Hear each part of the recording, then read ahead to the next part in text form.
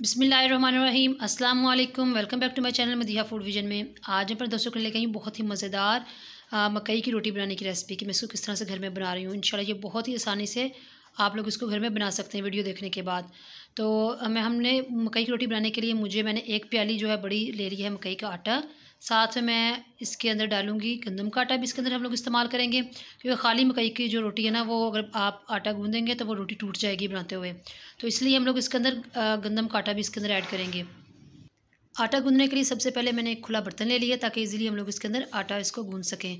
तो इसके अंदर मैंने मकई का आटा डाल लिया है, साथ में हम लोग गंदम का आटा मैंने आप लोगों के सामने एक प्याली रखा है, यानी कि दोनों की मकदार एक एक प्याली थी, लेकिन हम लोग इसके अंदर जो गंदम का आटा है वो हम लोग आधा इसकी मकदार में डालेंगे। एक प्याली गंदम का आधी प्याली गंदम का आटा और एक प्याली हम लोग इसके अंदर मकई का आटा इस्तेमाल कर रहे हैं। साथ में हाफ़ टी स्पून इसके अंदर नमक ऐड करेंगे। इसको हम लोगों ने मिक्स कर लिया अच्छी तरह से।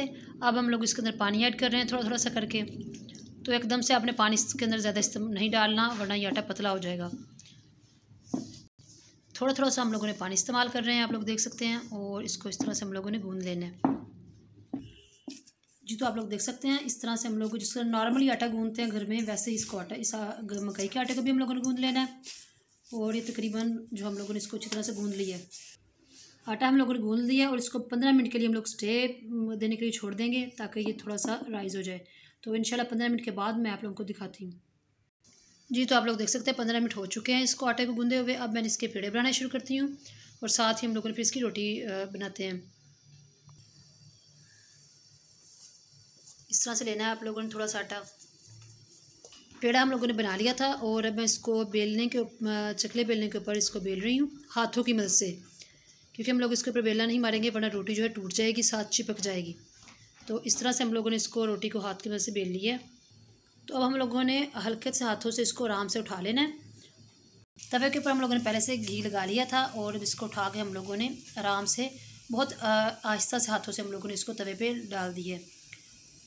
अब इसको एक साइड से हम लोगों ने मीडियम आंच पे अच्छी तरह से कुक कर लेना है, क्योंकि ये थोड़ी सी मोटी होती है आम रोटी की निस्बत। तो ये एक तरफ से अच्छी तरह से जब पक जाएगी तो फिर हम लोग मैं इसको साइड चेंज करते हुए आप लोगों को दिखाती हूँ जी। तो आप लोग देख सकते हैं एक साइड से अच्छी तरह से ये कुक हो चुकी है। अब हम लोग इसकी साइड चेंज कर रहे हैं। इसमें नॉर्मल रोटी की निस्बत से थोड़ा घी ज़्यादा इस्तेमाल होता है, ये पराठा ही बनता है। तो अब हम लोगों ने इसको दूसरी तरफ से हम लोग इसको अच्छी तरह से पका लेंगे। तकरीबन 2 मिनट लगेंगे। मीडियम आंच पे आप लोगों ने इसको पकाना है, ज़्यादा हाई नहीं करनी वरना ये ऊपर से जल जाएगी और अंदर से ये कच्ची रहेगी। अब हम लोगों ने इसको दूसरी साइड से भी पका ली अच्छी तरह से। अब पहली साइड पर हम लोगों ने इसको घी लगाया जैसे पराठा बनाते हैं, बिल्कुल वैसे ही पराठे की तरह पकेगी।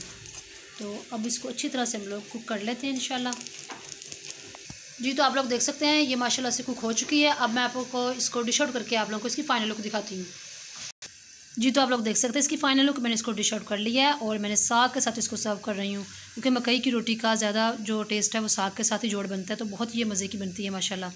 तो आपने भी इसको घर में ज़रूर ट्राई करना है। मुझे कमेंट सेक्शन में बताना है कि आप लोगों को ये मेरी वीडियो कैसी लगी, या आप लोगों ने इसको घर में बनाया तो घर वालों का क्या फ़ीडबैक आया मकई की रोटी खाने के बाद।